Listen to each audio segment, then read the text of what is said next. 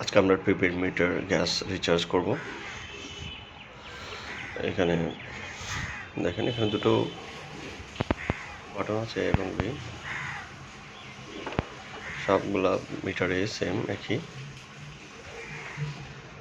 তো এখানে আমরা রিচার্জ করব, যেটা শুরুতে বি যে বাটন যেটা আছে, বি বাটন আমরা প্রেস করব। এটা 3 থেকে 5 সেকেন্ড আমরা প্রেস করে রাখবো। প্রেস করে রাখার পরে এই যে দেখেন ইন এবং আউট, আমরা আবার প্রেস করব। ইন যখন দেখাবে তখন আমরা কার্ডটা জাস্ট এভাবে ধরবো। দেখেন এখানে কার্ড লেখা আসছে।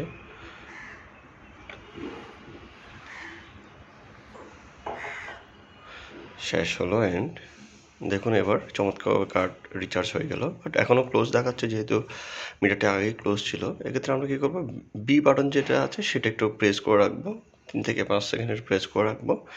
দেখেন এই যে ওপেন হয়ে গেল। আমরা এভাবেই